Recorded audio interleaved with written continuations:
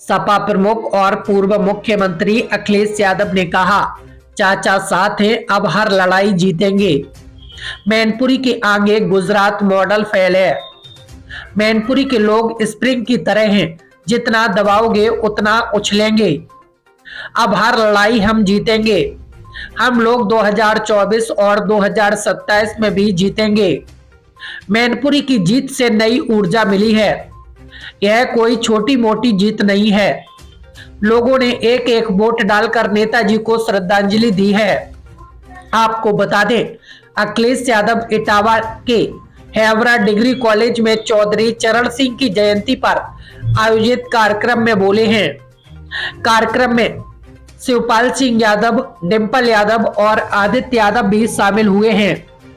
महंगाई चरम सीमा पर है, भ्रष्टाचार चरम सीमा पर है, बेरोजगारी चरम सीमा पर है, निवेश के नाम पर झूठे सपने दिखा रहे हैं। इनसे पूछिए भारतीय जनता पार्टी के लोगों से, जिस समय इन्होंने निवेश के लिए पहला कार्यक्रम किया था, उसमें जो एमओयू हुए थे, उसमें जमीन पर कितना आया है। उसके बाद डिफेंस एक्सपो हुआ था, डिफेंस एक्सपो के माध्यम से निवेश कितना आया है। और अब जब सरकार ने अपने मंत्रियों को जगह जगह भेजा है, तो सरकार को कम से कम ये सार्वजनिक करना चाहिए कि किन किन उद्योगपतियों ने, कितने इन्वेस्टर्स ने एमओयू साइन किया और जमीन पर लेकर के उनको उतारने जा रहे हैं। आपकी इंडस्ट्रियल पॉलिसी क्या है? जिस पॉलिसी के तहत आप इन्वेस्टर्स को लेकर के आएंगे। सरकार केवल झूठे सपने दिखा रही है, सरकार के लोग बैठ करके झूठ बोल रहे हैं। इसलिए समाजवादी पार्टी लगातार इनको सावधान भी करेगी और जनता को बताएगी भी, और जहां जरूरत पड़ेगी आंदोलन की तो आंदोलन भी होगा, और जरूरत पड़ेगी तो जेल भरो आंदोलन भी बहुत जल्दी शुरू होगा।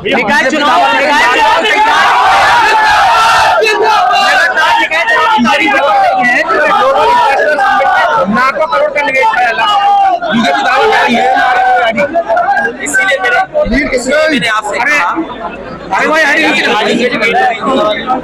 डिफेंस एक्सपो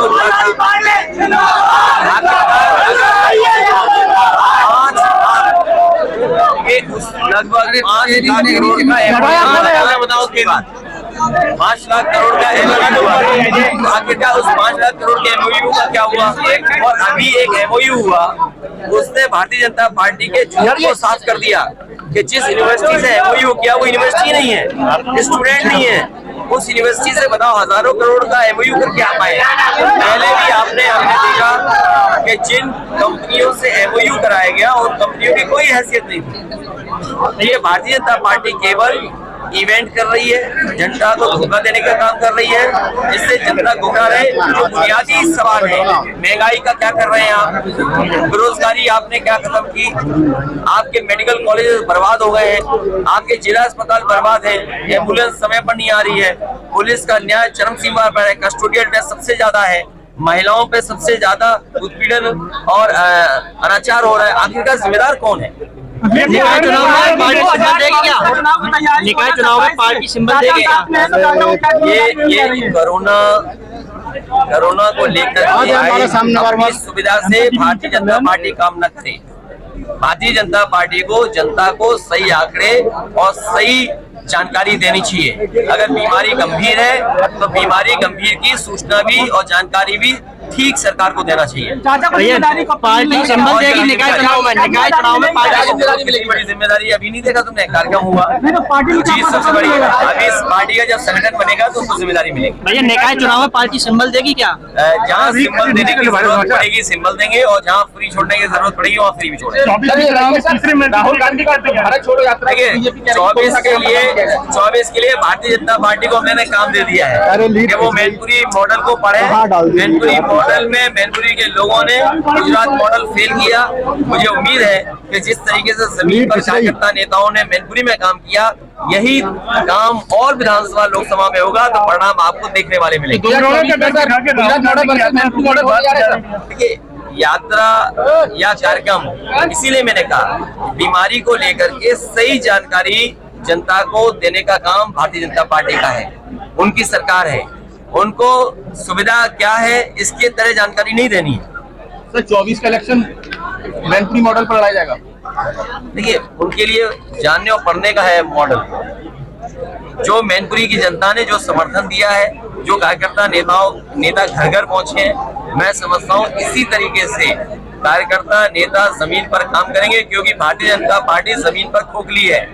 अभी धान की खरीद कोई हुई नहीं, डीएपी है महंगी, खाद का कोई इंतजाम नहीं, कीटनाशक दवाइयां महंगी, आगे की तैयारी कुछ नहीं सरकार की, बेरोजगारी बड़े पैमाने पर है, महंगाई चरम सीमा पर है, तो इसका जवाब नहीं है। अगर इन्हीं सवालों को लेकर के जमीन पर समाजवादी पार्टी उतरेगी तो आपको परिणाम देखने को मिलेंगे। पठान मूवी का जो विरोध चल रहा है उस पर आप क्या कहेंगे? मूवी का बीजेपी अपने सुविधा के हिसाब से काम करती है, उससे जो बुनियादी मसले हैं उन पे बहस ही नहीं करनी, बेरोजगारी पे बहस नहीं करनी, महंगाई पे बहस नहीं करनी, हमारी जो सीमाएं असुरक्षित है उस पे बहस नहीं करनी है। जानबूझ करके भारतीय जनता पार्टी एजेंडा चलाती है, कुछ चैनल उस एजेंडा का सपोर्ट करते हैं। कांग्रेसी नेता ने जो है बयान दिया था कि जो है शेर और चूहा वाला बीजेपी कर रही है। देखिए, भारतीय जनता पार्टी के बारे में सब जानते हैं। भारतीय जनता पार्टी नफरत की राजनीति करती है, जातियों में खाई पैदा करने की राजनीति करती है, साजिश करती है, षड्यंत्र करती है, झूठ बोलती है। थैंक यू धन्यवाद।